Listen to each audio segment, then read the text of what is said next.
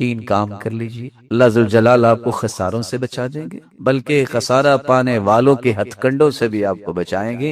آپ دنیا اور آخرت میں فوائد و ثمرات ہی سمیٹیں۔ پہلا طریقہ، والعصر ان الانسان لفی خسر الا الذین آمنوا وعملوا الصالحات وتواصوا بالحق وتواصوا بالصبر۔ پوری انسانیت خسارے میں ہے، لیکن خسارے سے بچنے والے وہ لوگ ہیں جو ایمان لانے کے بعد دو کام، عمل صالح کرتے ہیں، نیکیاں کرتے ہیں، اور جب بھی انہیں موقع ملتا ہے وہ حق بات پیش کرتے ہیں، وہ لوگوں کو بھی صبر کی تلقین کرتے ہیں، خود بھی برداشت کرتے ہیں، ٹالریٹ کرتے ہیں معاشرے کی بہت ساری ایسی چیزیں، لیکن اسی صبر اور برداشت کا سبق بھی دیا کرتے ہیں۔ جب تک آپ کے اندر اور میرے اندر ایمان مضبوط نہیں ہے اور عمل صالح کی محبت نہیں ہے، تڑپ اور ذوق نہیں ہے، اور دعوت دینے کا شوق نہیں ہے، کسی طریقے سے میرے دو کلمات سے کسی کی آخرت بہتر ہو جائے، کسی طریقے سے کوئی بیچارہ بدامن ہے، قلق اور اضطراب میں ہے، اس کو نیند نہیں آتی، شاید میرے چند کلمات سے اس کے دل میں سکون پیدا ہو جائے، جب تک یہ شوق نہیں ہوتا خساروں سے نہیں بچ سکتا۔ اور یہاں میرے اللہ صلی اللہ علیہ وسلم، لَتَأْمُرُنَّ بِالْمَعْرُوفِ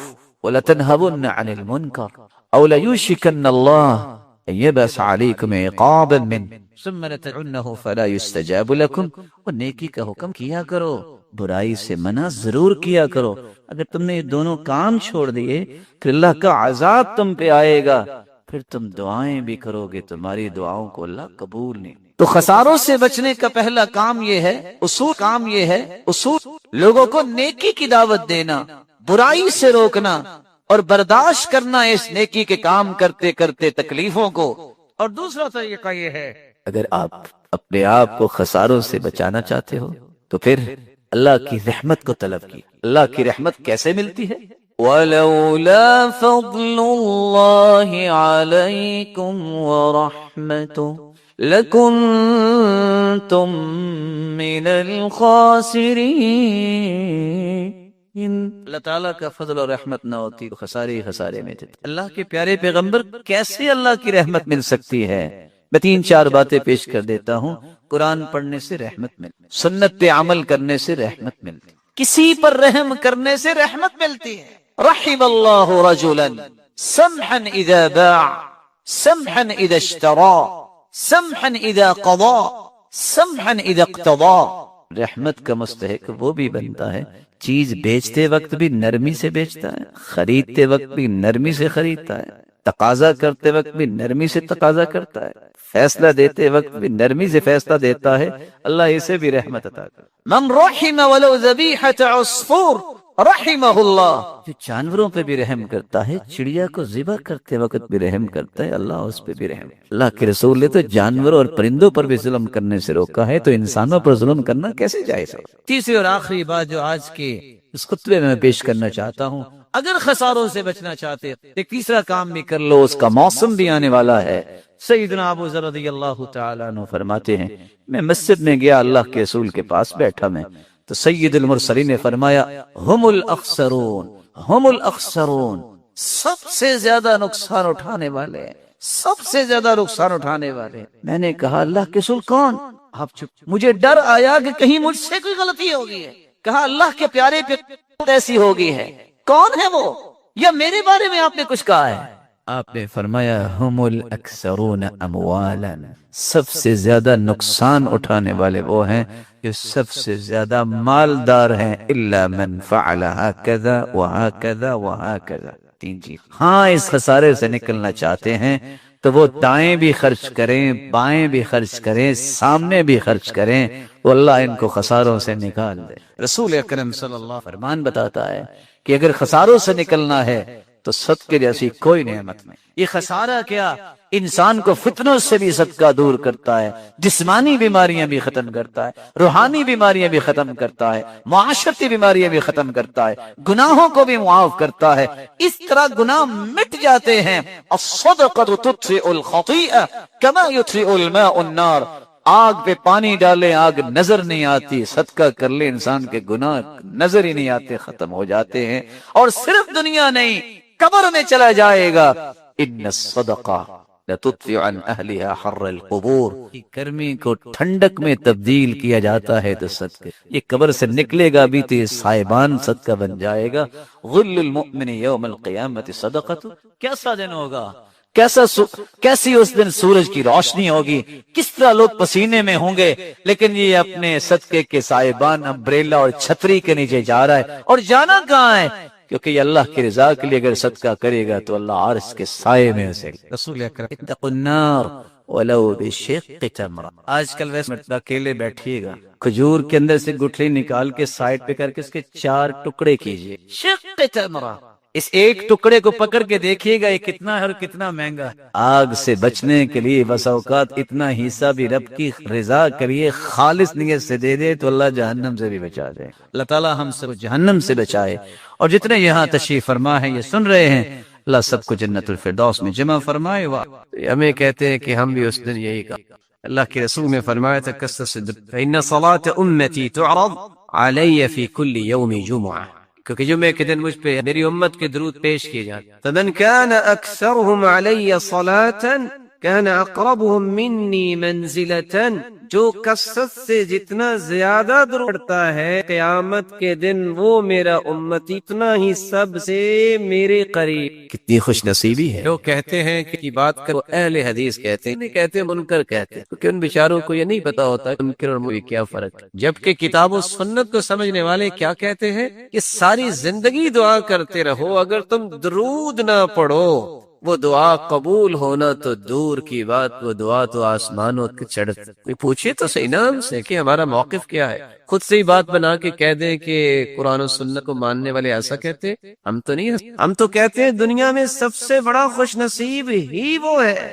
جو اللہ کے ذکر کے بعد سب سے زیادہ درود پڑھتا۔ رسول اکرم صلی اللہ علیہ وآلہ وسلم اسی لیے صحابہ کرام سے کہا تھا من صلی علیہ او سأل لی الوسیلہ حقت علیہ شفاعت یوم القیامہ، جو شخص درود پڑھتا ہے اور پھر میرے لیے وسیلہ طلب کرتا ہے، قیامت کا دن ہوگا میں اس امتی شفاعت کروں گا، سفارش۔ صحیح ترغیب کی روایت 1668 رسول اللہ صلی اللہ علیہ وسلم نے فرمایا اول الناس بی یوم القیامہ اکثرهم علی صلاۃ، قیامت کے دن سب سے پیارا اور قریبی میرے وہ ہوگا جو سب سے زیادہ مجھ پہ دودھ بھیجنے۔ بلکہ اللہ کے رسول صلی اللہ علیہ وسلم نے فرمایا تھا ابخل الناس من ذکرت عنده فلم يصلی علی، بخیل تو لیکن سب سے بڑا بخیل کسی نے دیکھنا وہ ہے جس کے پاس میرا تذکرہ ہو اور پھر وہ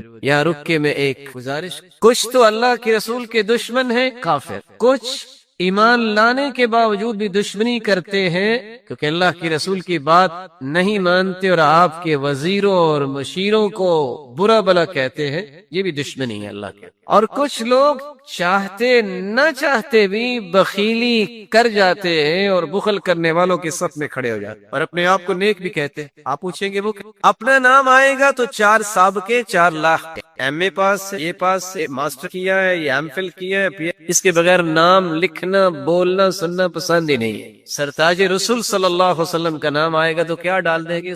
بخیل ہے۔ تیری زبان کی سب سے بڑی سعادت یہ، تیرے قلم کی سب سے بڑی سعادت یہ ہے اس زبان کی نوک میں بھی آئے محمد الرسول اللہ صلی اللہ علیہ وسلم۔ اس سے بڑی سعادت کیا ہے قلم کی؟ وہ ساری دنیا کی باتیں لکھ لے، اللہ کے ذکر کے بعد محمد مصطفیٰ کا نام آئے تو صلی اللہ علیہ وسلم نہ کہے، سعادت خوش بختی ہے۔ میں بات اگلی کرنے سے پہلے ایک وعدہ لینا چاہوں گا، اور اگر اس وعدے پہ ہم سب پختہ ہو جائیں تو آج کی مجلس اس کا فائدہ ثابت ہو جائے۔ کون ہے جو آج کے جب بھی لکھے گا صاد یا صلعام نہیں، کون وعدہ کرے؟ آپ پہلے علم، آپ کو ان باتوں کا خیال کرنا چاہیے۔ کچھ لوگ سارا کچھ لکھیں گے، بسم اللہ لکھیں گے، 786 لکھیں، ان مسکینوں سے پوچھو 786 بنتا کیسے ہے؟ ابجد حوض فقتی کو بھی نکالیں تو 786 بنا کے دکھائے۔ عادات کا علم جو ہے اس میں بھی دیکھیں۔ پھر اللہ عز و جلال کے نام میں بخل، دنیا میں کسی سے محبت ہو تو اس کے تذکرے نہیں زبان پہ ختم ہوتے، تو رب تعالی جو خالق و مالک ہے اس کا نام مبارک لیتے وقت جو کہے کہ 786، یہ وہ رویے ہیں جو بتاتے ہیں کہ اللہ ذوالجلال کی عظمت سے متعارف شخص نہیں۔ آپ صلی اللہ علیہ وسلم نے فرمایا، سید ترغیب کی روایت ہے 1675، کل دعاء محجوب حتی یصلی علی محمد، ہر دعا روک دی جاتی ہے، وہ پہنچتی نہیں آسمانوں تک جس میں درود نہیں ہو، بلکہ حسین ابن علی کی روایت ہے صحیح ترغیب کی 1681، من ذکرت عنده فخطئ الصلاة علی خطئ طریق الجنہ، جس شخص کے پاس اللہ کے رسول صلی اللہ علیہ وسلم کیا جائے وہ درود پڑھنا بھول جائے، وہ پڑھنا بھولا نہیں، جنت کا راستہ۔ یہ ہمارا اس پہ کوئی اشکال ہے تو کوئی بتائے؟ ہمارا تو موقف ہے دعا ہی قبول نہیں ہوتی، دعا چڑھتی نہیں، وہ جنت کا راستہ ہی بھول جاتا ہے۔ کون کہتا ہے کہ قرآن و سنت کی بات کرنے والے درود کے منکر ہے؟ یہ صرف حاسد اور ناقد جو ہے، جس کے پاس کوئی دلیل نہیں بنتی تو پھر وہ تانے دیتا ہے۔ تان و تشنیع کرنے والے کبھی بھی فلاح نہیں پاتے۔ اللہ کے رسول صلی اللہ علیہ وسلم پر درود بھیجنا یہ ہر مسلمان کی سب سے بڑی سعادت ہے۔ اللہ ذوالجلال کے ذکر، آپ صلی اللہ علیہ وآلہ وسلم کی محبت کا یہ تقاضا کہ آپ اس کے بارے میں ایک ضروری بات سمجھ۔ کتنے لوگ ترجمہ کرتے ہیں ان اللہ و ملائکتہ یصلون علی النبی، ان اللہ و ملائکتہ، بے شک اللہ ذوالجلال اور اس کے فرشتے، یصلون علی النبی، وہ نبی پر درود بھیجتے۔ یہ ترجمہ ٹھیک؟ یا ایھا الذین آمنوا صلوا علیہ وسلموا تسلیما، اے مومنو تم بھی درود پڑھو۔ لفظ صلاۃ جب اس کی نسبت اللہ ذوالجلال کی طرف کی جائے، ویسے تو صلاۃ کے 18 معنی ہے عربی، لیکن جب یہ کہا جائے صلی اللہ، اس کا مطلب ہوتا ہے اللہ ذوالجلال رحمتوں کی برکھا برسائیں گے، تعریف کریں گے، والثناء، فرشتوں کے سامنے اپنے محبوب کے تذکرے کریں گے، یہ میرا محبوب ہے جو سرتاج رسول۔ وہاں درود مانا نہیں ہو۔ لفظ صلاۃ جب فرشتوں کے ساتھ استعمال ہو، صلت الملائکہ، فرشتوں نے صلاۃ پڑھی، کیا مطلب؟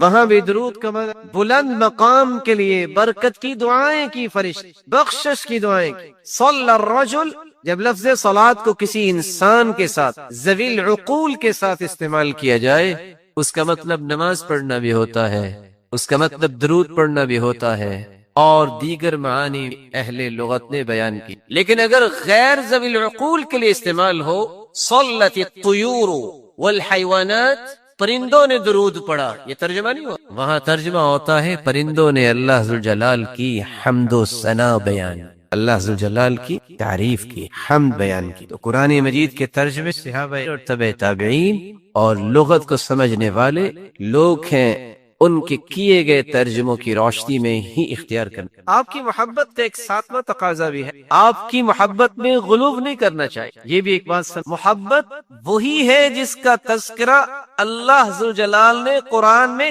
کر دیا۔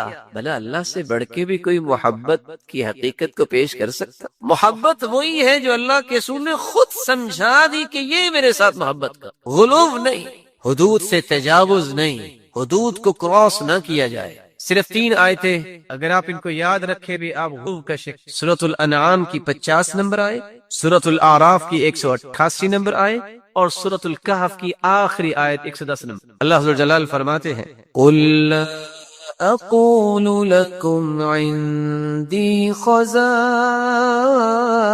الله ولا اعلم الغيب ولا أقول لكم إني ملك إن أتبع إلا ما يوحى إلي قل هل يستوي الأعمى والبصير أفلا تتفكرون قل لا أقول خزائن الله، میں بڑی محبت کے ساتھ، ادب کے ساتھ، احترام کے یہ پیغام پہنچانا چاہتا ہوں ان مسلمانوں تک بھی جو محبت کا دعویٰ بھی کرتے ہیں اور اس آیت کی روشنی میں محبت کے زاویوں غلو کرتے ہیں۔ کیا کہتے ہیں کہ خزانوں کا مالک ہے تو اللہ کا رسول نہیں، میرے محترم، خزانوں کے مالک اللہ ذوالجلال، کیونکہ اللہ ذوالجلال نے اعلان بھی کروایا ہے تو اسی ہستی سے۔ قل فرما دیجئے لا اقول لکم عندی خزائن اللہ، میں نہیں کہتا کہ میرے پاس خزانے ہیں اللہ تعالیٰ۔ صحیح بخاری کی روایت ہے 3117، سیدنا ابو ہریرہ رضی اللہ تعالی عنہ بیان کرتے ہیں اللہ کے رسول صلی اللہ علیہ وسلم نے فرمایا ما اعطیکم ولا امنع، نہ میں تم سے کچھ روک سکتا ہوں نہ میں تجھے کوئی دے سکتا ہوں، انما انا قاسم اضع حیث امرت، میں تو تقسیم کرنے والا ہوں کہاں جہاں مجھے حکم ہو۔ اور دوسری روایت کے الفاظ ہے انما انا قاسم واللہ یعطی، دینے والا وہی ہے۔ قل لا اقول لكم عندي خزائن اللہ ولا اعلم الغیب، میں نہیں کہتا کہ میں غیب جانتا۔ لوگ کیا کہتے ہیں جو گزشتہ 10 دن 15 دن کیا سنا؟ محبت میں تجاوز کہ اللہ کے رسول تو غیب جانا کریں، پڑھا کریں اور اللہ کے رسول کے فرامین کو پڑھا کریں، سمجھ آئے گی محبت کیسے کریں۔ قرآن کہہ رہا ہے وَلَا أَعْلَمُ الْغَيْبِ، میں غیب نہیں جانتا۔ کون فرما رہے ہیں؟ وہ ہستی جس جیسی ہستی اللہ نے پیدا نہیں۔ صحیح بخاری کی روایت ہے 4001، ربیع بنت معوذ رضی اللہ تعالی عنہ بیان کرتی ہیں دخل علی النبی صلی اللہ علیہ وسلم غداة بنی علی فجلس على فراشی، میری شادی کے دن اللہ کے رسول تشریف لائے اور میرے پاس آ کے کہ مجلسی کمینی وجویریات یضربن بالدف، کچھ چھوٹی بچیاں جو ہیں من قتل من آبائہن یوم بدر، بدر کے شہداء کے متعلق ندبہ کر رہی تھی، یندبن، تو ایک بچی کہنے لگی وفینا یعلم ما فی، ہمارے درمیان اللہ کے پیغمبر ہیں جو کل کے بارے میں آپ نے فرمایا لا تقولیہا، لا تقولیہا کذا وقولی ما کنتی تقول، یہ نہ کہو جو پہلے کہہ رہی تھی وہی کہو جو شہداء کی اب بات کر رہی تھی، لا یعلم ما فی غد الا اللہ، اللہ کے سوا کوئی بھی غیب کے بارے میں اور کل کے بارے میں نہیں جانتا۔ اپنے فوراً منع قل لا يعلم من في السماوات والأرض الغيب إلا الله وما يشعرون أيان يبعثون۔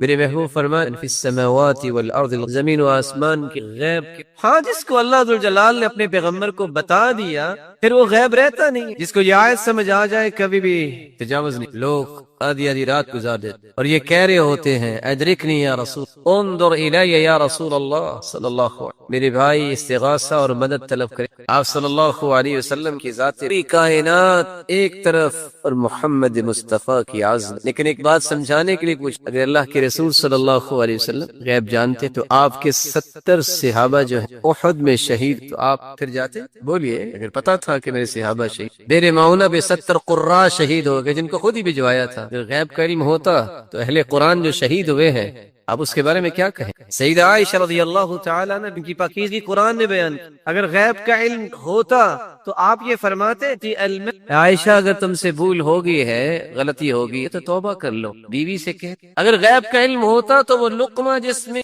زہر ڈالی گئی کھانے میں تو آپ وہ لقمہ لے۔ اللہ ذوالجلال نے عقل اس لیے دی ہے کہ اس کے ساتھ قرآن کو صحیح طریقے سے سمجھا جائے۔ ساتھ ہی اللہ ذوالجلال فرماتے ہیں وَلَا أَقُولُ لَكُمْ إِنِّي مَلَكٌ، میں یہ بھی نہیں کہتا کہ میں فرشتہ۔ آپ نے سنا ہوگا کہ کیا کہتے ہیں نبی نور من نور اللہ ہے، کاش ان بیچاروں ان کو پتہ چل جائے کیا ہے اور کہاں تک اس کے نتائج جاتے ہیں۔ دوبارہ قرآن کہتے ہیں وقالت عزیر وقالت النصارى المسیح، یہودیوں نے کہا کہ عزیر اللہ کے، عیسائیوں نے کہا کہ عیسیٰ اللہ کے بیٹے ہیں۔ یضاہئون قول الذین کفروا من قبل قاتلهم اللہ، کافر ہو گئے یہ کہہ کر اللہ ان کے ٹکڑے کرے۔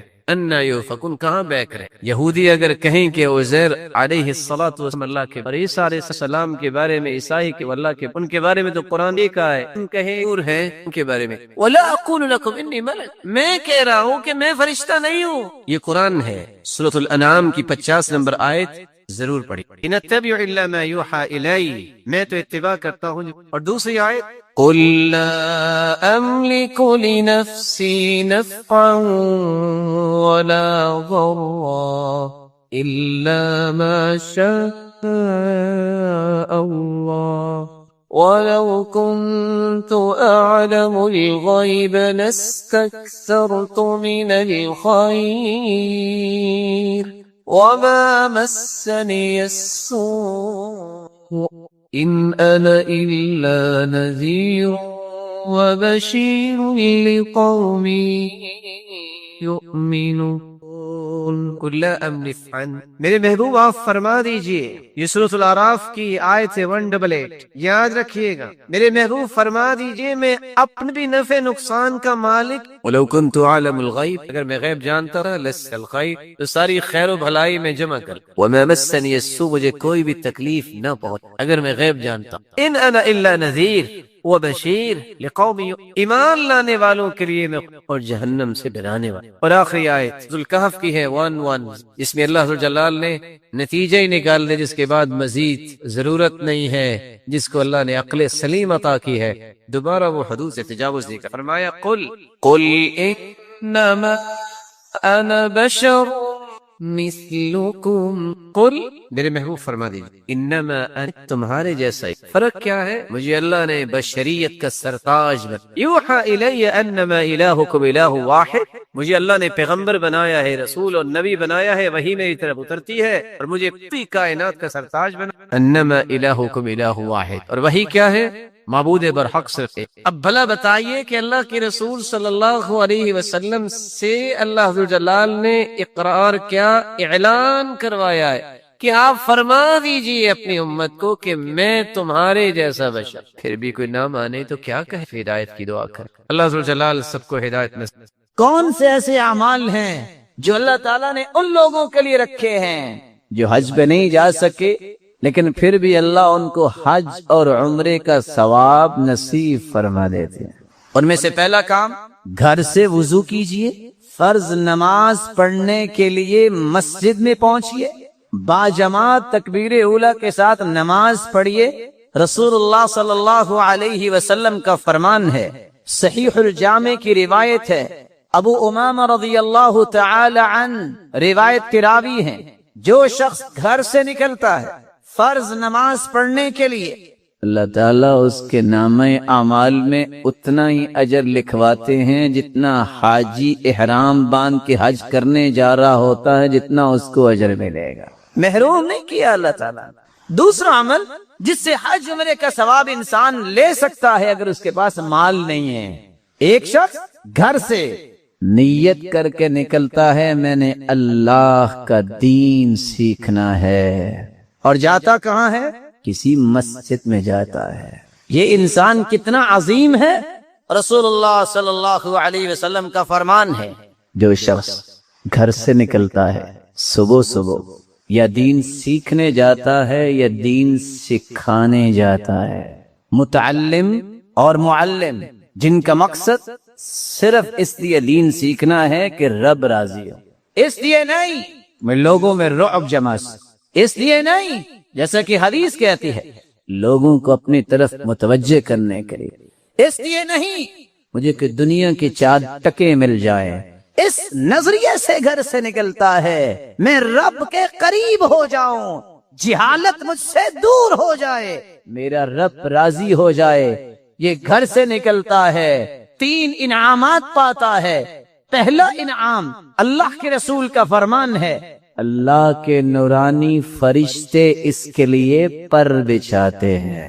دوسرا انعام، یہ چل کے گیا ہے، صحیح الجامع کی روایت ہے، یہ کسی راستے پہ چلا ہے، کسی روڈ پہ چلا ہے، خواہ یہ گاڑی پہ گیا ہے، اس کے پاؤں پہ گرد، اس کے چہرے پہ، اس کے لباس پہ جتنی گرد پڑے گی قیامت کے دن جنت کی اتنی کستوری اس کو نصیب ہو جائے گی۔ اور تیسرا انعام، یہ گیا ہے اللہ کا دین سیکھنے، اور گیا بھی ہے مسجد میں، اللہ رب العزت اس کو اتنا ہی اجر دیں گے جتنا مکمل حج کرنے والے کو اجر دیتے ہیں۔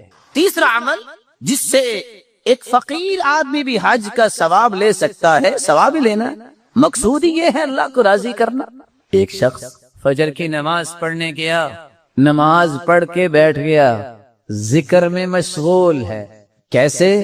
اللہ کے رسول کی عادت مبارکہ یہ تھی، آپ فجر کی نماز پڑھتے، جب تک سورج اچھی طرح نکل نہ آتا وہ ذکر ہی کرتے رہتے، پھر اٹھ کے 2 رکعتیں پڑھتا ہے۔ من صلى الفجر في جماعة ثم قعد يذكر الله عز وجل حتى تطلع الشمس ثم صلى ركعتين كانت له كأجر حجة وعمرة تامة تامة تامة.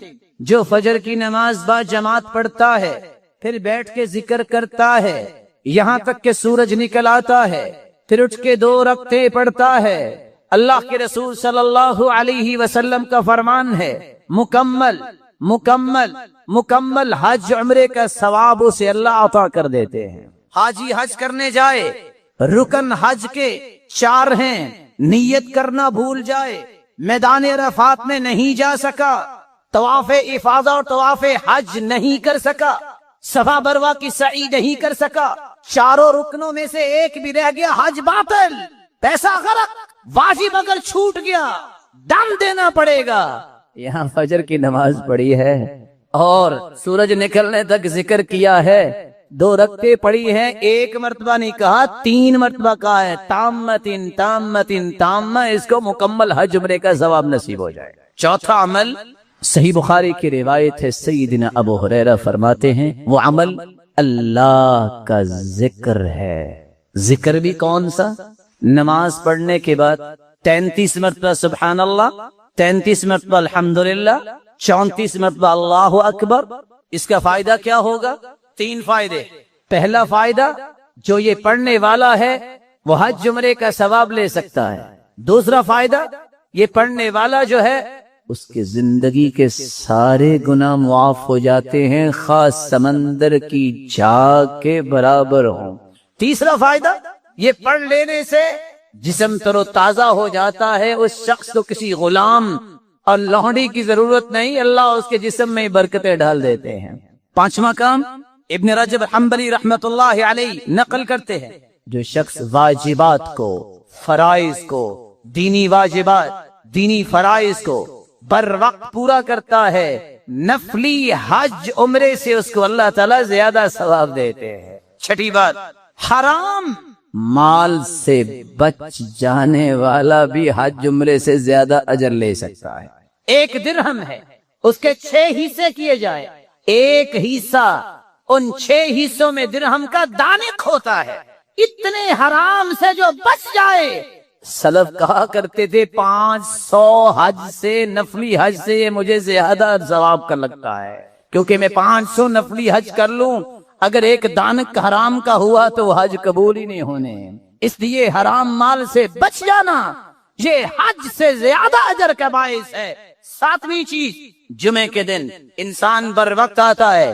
خطبہ شروع ہونے سے پہلے یہ شخص کتنا اللہ کے ہاں محبوب ہے، بر وقت آنے والا، سورۃ الکہف پڑھنے والا، مسواک کر کے اچھا لباس پہننے والا، غسل کر کے خوشبو لگانے والا، بر وقت مسجد میں آئے، امام کے قریب بیٹھے، خاموشی سے سنے، خاموش ہو جائے، توجہ سے سنے، نماز امام کے ساتھ پڑھے، لغویات نہ کرے.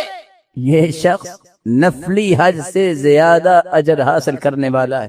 8واں کام، محنف ابن سلیم روایت کرتے ہیں، جس شخص نے رمضان کے پورے روزے رکھے، گناہ نہیں کیا، فسق و فجور نہیں کیا، تعبد، عبادت، قرآن، ذکر، صدقہ، نیکیاں کرنے کے بعد یہ شخص اس نیت سے عید پڑھنے جاتا ہے، عید کے وہ تمام احکامات کو سامنے رکھتے ہوئے فجر کی نماز، پھر اس کے بعد اچھا لباس، کچھ کھا کے جاتا ہے، تکبیر کہتا ہے. عید الفطر پڑھنے والے کو اللہ عمرے کے برابر ثواب دیتا ہے، اور عید الاضحیٰ پڑھنے والے کو حج کے برابر ثواب دیتا ہے. 9ویں چیز جس سے انسان حج عمرے کا ثواب لے سکتا ہے، ابو ہریرہ رضی اللہ تعالی عنہ روایت معروف ہے، منافقوں پہ فجر اور عشاء کی نماز بھاری ہوتی ہے. اگر لوگوں کو پتا چل جائے کہ فجر اور عشاء کی نماز با جماعت پڑھنے کا اجر عظیم کتنا ہے، تو لوگوں کو اپنے گھٹنوں پر رینگ کے آنا پڑے تو پھر بھی آئیں گے. اور وہ اجر کیا ہے؟ ابن رجب بیان کرتے ہیں ابو موسیٰ کی سند کے ساتھ، جو فجر کی نماز اور عشاء کی نماز با جماعت پڑھتا ہے اس کو حج کے برابر اجر نصیب ہوتا ہے. 10ویں اور آخری بات، علم ہے، دین ہے، تقوی ہے، مال نہیں، لیکن نیت خوبصورت ہے. نیت کیا کرتا ہے؟ لو ان لی مالا لعملت بعمل فلان، کاش میرے پاس بھی مال ہوتا میرا رب مجھے دے، میں بھی ایسے حج کروں، میں بھی ایسے عمرہ کروں۔ اللہ کے رسول فرماتے ہیں فَهُوَ بِنِيَّتِهِ فَأَجْرُهُمَا سَوَاءٌ، ایک حج پہ گیا ہے، ایک کے پاس مال نہیں، نیت اس نے کی ہے، فَأَجْرُهُمَا سَوَاءٌ، جس طرح اس کو حج عمرے کا ثواب مل رہا ہے، گھر بیٹھے بھی اس کو حج عمرے کا ثواب مل رہا ہے۔ آپ صلی اللہ علیہ وآلہ وسلم نے کچھ ایسے کام بھی بتائے ہیں جن کو کرنے سے انسان کو عمرے کا ثواب مل جاتا۔ پہلا کام، اگر آپ باوضو ہو کے نیت کر کے مسجد میں آتے ہیں اور آ کے نماز پڑھتے ہیں، آپ کو عمرے کا ثواب بھی مل جاتا۔ دوسرا کام، اگر آپ صبح کی نماز باجماعت پڑھتے ہیں اور باجماعت پڑھنے کے بعد آپ اپنی جگہ پہ بیٹھے رہتے ہیں یہاں تک کہ سورج نکل آتا ہے اور اٹھ کے آپ 2 رکعتیں پڑھتے ہیں، رب تعالی اس کا بھی اجر و ثواب حج اور عمرے کے برابر عطا کر دے۔ تیسرا کام، آپ اگر باوضو ہو کے 4 رکعتیں ادا کر لیتے ہیں تو اللہ نے اس کا بھی اجر عمرے کے برابر۔ اگر آپ اللہ کا ذکر کرتے ہیں، حدیث آپ نے سنی ہوئی ہے، اللہ کے رسول نے فرمایا الا انبئکم، میں تمہیں نہ بتاؤں کس کے بارے میں، ما ہوا، اس چیز کے بارے میں، خیر لکم، خیر اعمالکم، بہترین عمل، اور ساتھ فرمایا ارفعها درجاتکم، تمہارے درجات کی بلندی، ازکاها عند ملیککم، تمہارے رب کے پاس سب سے پاکیزہ عمل، وخیر من انفاق الذهب والورق، سونے اور چاندی کو اللہ کی راہ میں خرچ کرنے سے بھی بہتر، وخیر من ان تلقوا عدوکم فتضربوا اعناقهم ويضربوا اعناقكم، اور جہاد سے بھی بہتر کہ تم ملو کافروں کو، تم ان کو مار دو، وہ تمہیں شہید کر دے۔ ان ساری چیزوں سے بہتر کیا ہے کہ تم اللہ کا ذکر۔ پانچواں طریقہ، رسول کریم صلی اللہ علیہ وسلم نے فرمایا جو شخص من تطہر فی بیتی ثم اتی مسجد قباء، جو شخص گھر سے وضو کر کے غسل کر کے مسجد قباء جاتا ہے، 2 رکعتیں وہاں جا کے پڑھتا ہے مدینہ طیبہ میں، مسجد قباء میں، اللہ تعالیٰ اس کو عمرے کا ثواب عطا فرماتا۔ 3 چیزیں میت کے ساتھ جا رہی ہوتی ہیں، اہلو، رشتہ دار بھی جائیں گے، وہ لوگ بھی حتیٰ کہ جائیں گے جو تمہیں دنیا میں برداشت نہیں کیا کرتے تھے۔ اس دن لوگوں سے منہ چھپانے کے لیے، تانوں سے بچنے کے لیے دشمن بھی تیرے ساتھ جائے گا کہ آج تو مر گیا ہے، لیکن دل ہی دل میں خوش بھی ہوتا ہوگا کہ اس سے جان چھوٹ گئی، لیکن جائے گا۔